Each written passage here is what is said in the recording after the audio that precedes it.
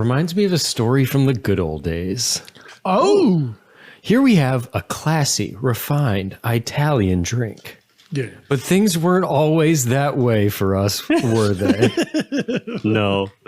No. In fact, I feel like you should be whittling a stick while you tell us this. Continue. I remember one time our boy Timmy was forcefully removed from a bar. Oh boy, was this Sorry. Not forcefully removed. Chase. Chase out. Is this different than the time that I had new Samba? I just bought some new Sambas. You know, you're going to have to comment on the Sambas. I don't know if I've ever heard the Sambas in this story. Well, I'm going to start. Maybe it's different. This will be sort of like a Rashomon thing. I'll tell the story from my point of view, and then Tim can jump in with like his whole thing. Yeah. I have to say, Rashomon is like one of my favorite plays, but continue. That's perfect. So this was a bar in Echo Park, I want to say. Still is a bar in Echo Park. Yes. And we were there, all of us, and Dave Ferguson was there, and it was towards the end of the night, and I was talking to a young woman, Jefferson. and all I remember hearing was, "Come on, Jeffy, we gotta go." And I saw a flash. And Tim ran down the bar and swept the glassware off the bar onto the floor. They were cleaning up for the night and like putting all the empties like up on the bar. A lot. I mean, it was a lot. Now, what I've come to realize is that there was an altercation beforehand, right? Yes. What if there wasn't? What if that was? It was just you being a fucking prick. Wait, so but finish from your point of view. What you pretended you didn't know me? I just pretended I didn't hear you because I was spitting game. You were macking. And I've seen you spit game, and it's not pleasant. You know, I'm thinking about starting a podcast someday.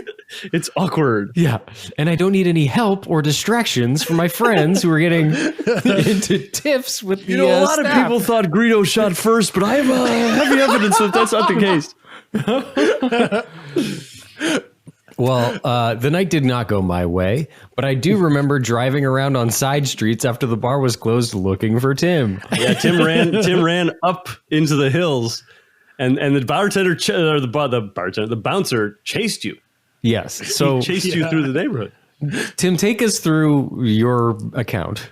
Well, it's very Rashomon-esque because there is so much context where you mentioned our friend Dave Ferguson of Birthday Boys fame, the TV writer. I was defending my boy's honor. Here we are at this dive bar and a place that I liked, and actually We can't say the name because you were told never to we come can't. back. It was old management back then. I don't know. is it still even the same place? Or because I've been back, I was banned, but I've been back and they didn't notice me. Maybe because I had such a glow up. They said don't come back unless you have a glow up.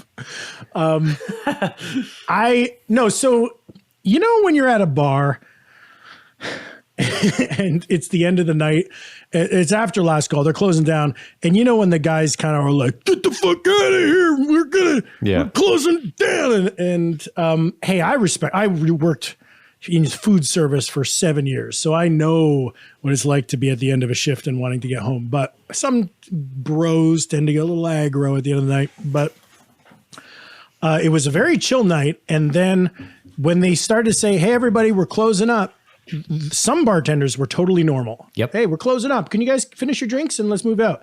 And then there's this one guy, I don't know if you saw him, but he was bearded and kind of crazy. And I don't know if he worked there. Oh, I hope he worked there. Well, Jesus because Christ. he didn't look like. Okay, go on. But he didn't look like That's he a whole was- nother Rashomon. Let's stick with Maybe this story. he's an undercover agent. This guy walks up to Dave Ferguson is still sitting on a stool, and the guy walks up and goes, "You guys got to go." And he grabs the stool that's under Dave's butt and he pulls on it, pulling his stool out from him. And then Dave stands up kind of just in the nick of time to not fall over. And then most mild-mannered, nice guy you could ever meet, Dave, was pissed off that the guy pulled the stool out. So Dave kind of kicked the stool as the guy was pulling it out from under him. And like without missing a beat, the guy took a swing at Dave, like threw a punch at Dave. Missed him, right? Dave ducked. Damn, Dave. This is big Dave night. Peter Parker reflexes on this guy. Yeah. His spidey senses were definitely tingling on this day. He kicked the stool, ducked the punch. It was a big haymaker, like huge punch that the guy missed. And it was just crazy that he threw a punch. So I was defending Dave's honor and I got up in his face. And when I do such things, I'm also being a little weasel. So I didn't say normal things like, you can't do that. I was being like, listen, the customer is always right. The Customer is always right. I remember. Yeah. And then before this guy could punch me, another some employee of the club held him back. And was putting out that fire. So as on my way out of the club, now very pissed off, I noticed end of the night, they had piled 200 glasses on top of the bar. And I held out my arm and I ran down the bar and swept it. Hey, no other way to say it. I swept it. You swept the bar. But you did spot your boy Jeffy out of your left eye. But that's what's funny is I do remember this part where I looked at you and in my mind I think like, oh, everyone's gonna know Jeff's my friend, so we have to get him out of here too. So as I'm getting to the end of my sweep, I go, Jeffy, we gotta go. And I was expecting it to be like Batman and Robin and we run out together. But Jeff instead, having nothing to do with any of this. It should have been Dave, we have to go. Jeff did not look up, did not make eye contact, acted like, who is that Greek guy? Don't know him? We don't know him. We don't got to talk about involved. him. So back to Greedo. I ran out by myself. Without my boy by my side. And I don't know what happened to Dave either. He was still in there. But the sad end of the story is I walked up the street for a little bit, hung out in Echo Park, like a block away from the bar. And then when I thought the coast was clear, I was like, oh, those guys are my ride home. So I got to go find them. It's after 2 now, so they're probably outside. And as I was walking up to the bar, I was like, oh, Tim, you can't go back toward the bar. They're going to beat the shit out of you if you go by that bar. So I was wearing a flannel shirt and I took it off. Smart. Like a blue flannel shirt. And I just had a red t-shirt underneath. And I was like, they won't recognize me. Perfect. I'm pretty indistinct other than this shirt. And I really shouldn't have done that because the bouncer, who was, if you close your eyes and picture a bouncer, it was like exactly like one of those guys.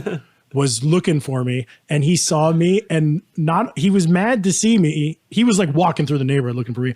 But the fact that I had taken my shirt off, like to fool him, he was like, you think you're going to fucking fool me by changing your shirt? And he fucking beat the shit out of me and just truly trounced me. He was bigger than me and madder than me and just tackled me and I hit the ground and then he just kicked me in the ribs. But what was funny was I still was being a little weenie because I was drunk enough that it didn't hurt. So I was going, you're hurting me. You're hurting me. And he's fucking kicking me in the ribs as hard as he can. I'm going, you don't understand. Well, Tim, he has to avenge $25 worth of glassware. Yeah, I know exactly. And his like insane I mean, I don't blame that guy because if he had to clean up the shards and stuff, that is a rough night. And I was being a weenie, but it's funny to take it into your own hands and actually beat the shit out of someone. You think you would call the cops but to just be like, I'm going to kick this guy in the ribs.